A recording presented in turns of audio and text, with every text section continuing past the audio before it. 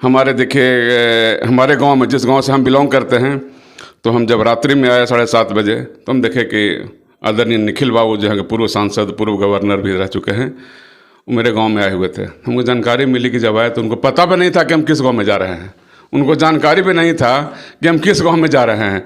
और आपको मैं बता दूं कि उनके पिताजी सत्येंद्र नारायण सिन्हा 7 बार औरंगाबाद सांसद रहे, निखिल बाबू अपने भी सांसद रहे, उनकी पत्नी भी सांसद रहीं, उनकी माँ भी सांसद वैशाली से रहीं, उनकी सासू माँ भी सांसद रहीं, उनके साला भी सांसद रहे, पूरा परिवार सांसद। और IAS और IPS का तो भरमार था, लगभग आधा दर्जन थे, जिसमें बिहार झारखंड एक हुआ करता था। तो आपको उस समय इन्हीं के संबंधी कृष्णा सिंह सिंचाई कमिश्नर हुआ करती थी। देख रहे हैं औरंगाबाद की स्थिति क्या है, जस की तस औरंगाबाद की स्थिति है। इसका दोषी आखिर कौन है? हम लोग भुगतना भोग रहे हैं।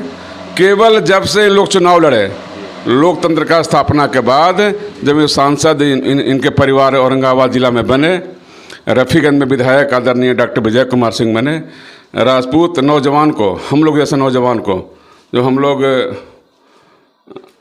ग्रेजुएशन के बाद जब सोशल वर्कर ग्रुप में काम करना शुरू किए, तो हम लोग को नया से लगा कि भाई देखते हैं इसमें अच्छा, इसमें है ठीक ठाक काम कैसे होगा।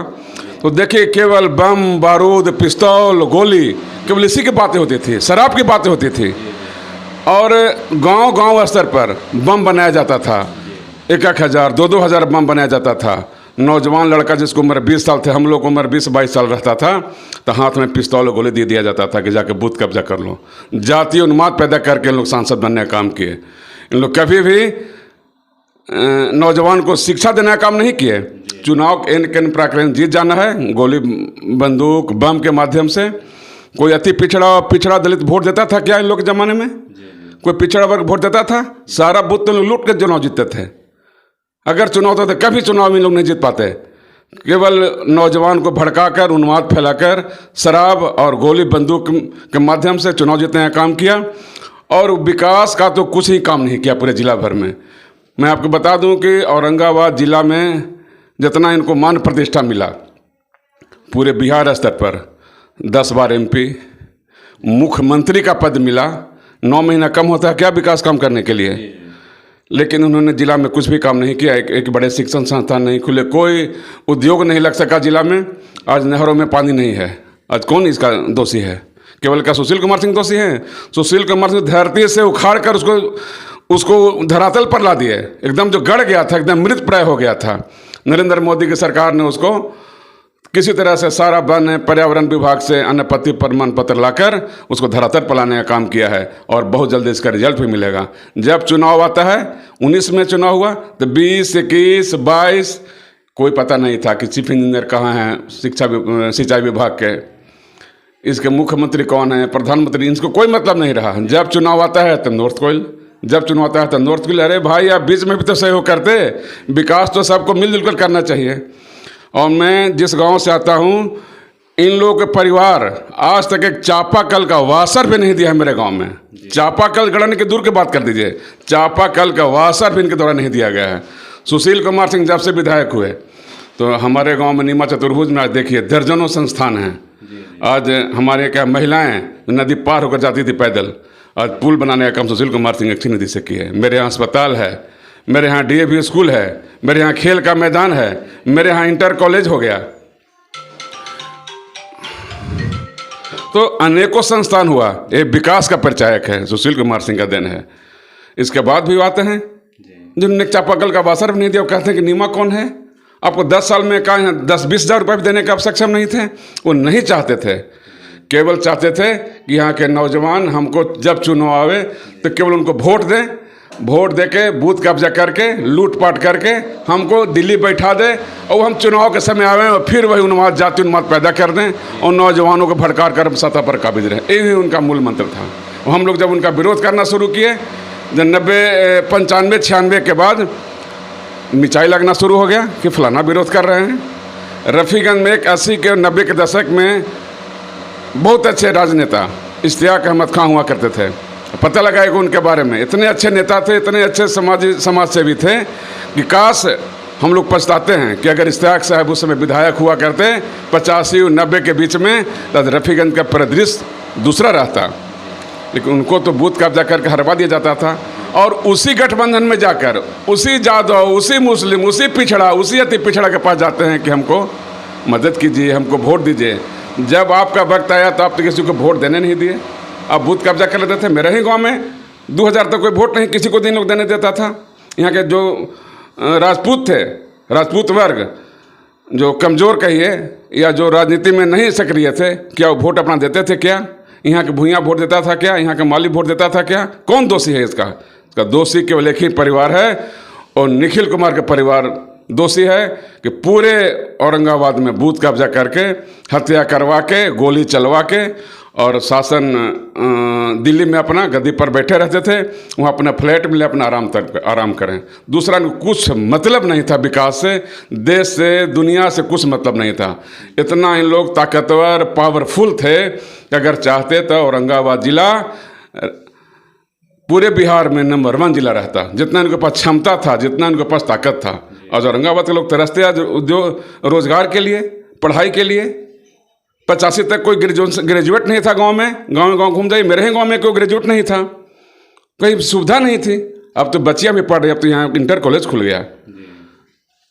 शिक्षा मंत्री कौन बिहार के हुआ करते थे? छोटे साहब हुआ करते थे। क्यों नहीं कॉलेज खुला? अच्छा, क्यों अच्छा संस्थान नहीं खुला? कौन दोषी था इसका? क्या दोषी हम लोग हैं? भाजपा का कार्यकर्ता दोषी है? सारा दोष एक ही परिवार का है।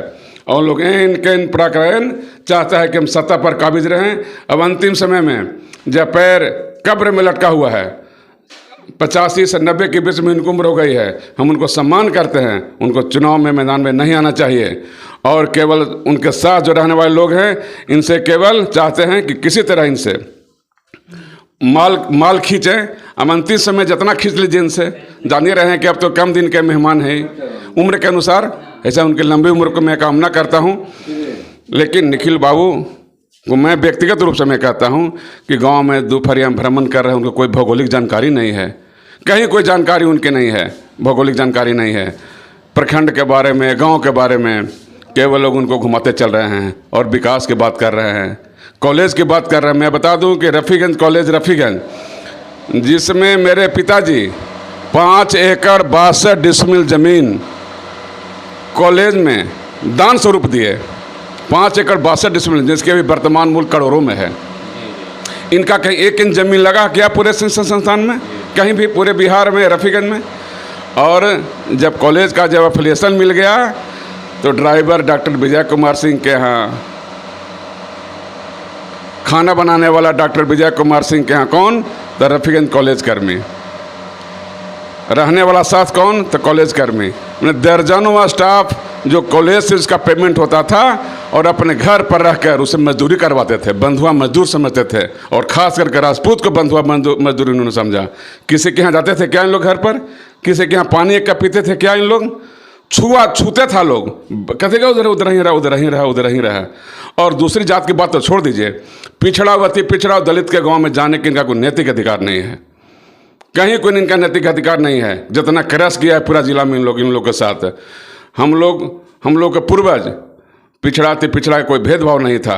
हमारे दादा कहते थे कि हम लोग गांव में किसी की तबीयत खराब होती थी तो कंधा पर लेके, चाहे पासवान रहे, चाहे भूइयाँ रहे, अस्पताल ले जाकर कोलरा में लेके जाते थे अस्पताल में।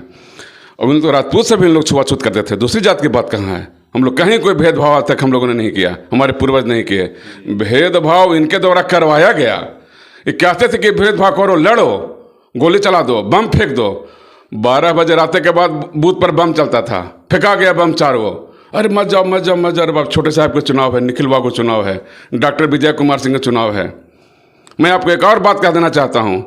पुरुलिया से हथियार गिराए गए थे कि 47, 90, 95 के दशक में दर्जनों हथियार डॉक्टर विजय कुमार सिंह कैंपस में रखा हुआ रहता था। हम उसमें नौजवान थे, हमको दिखाया गया था कि देखिए पुरुलिया से AK-47 आया है, तुम रख लेगो। हम क्या करेंगे रख के? तो रख ले, बांट देवे ही लोग के। हथियार बांटना था कि शिक्षा देना था? लहास में, हमारे गांव में, भिन्न भिन्न अगल बगल खड़वा में हर जगह बम बनता था। गांव के गांव बम बनाया जाता था। किस लिए बम बनाया जाता था? कि मारो, पिछड़ों को मारो, अति पिछड़ों को मारो, दलित को मारो। वोट देने से उनको वंचित रखो और आज लोकतंत्र के प्रहरी बने हुए हैं। वाह, क्या भद्दा मजाक है लोगों के साथ और नौजवानों के साथ।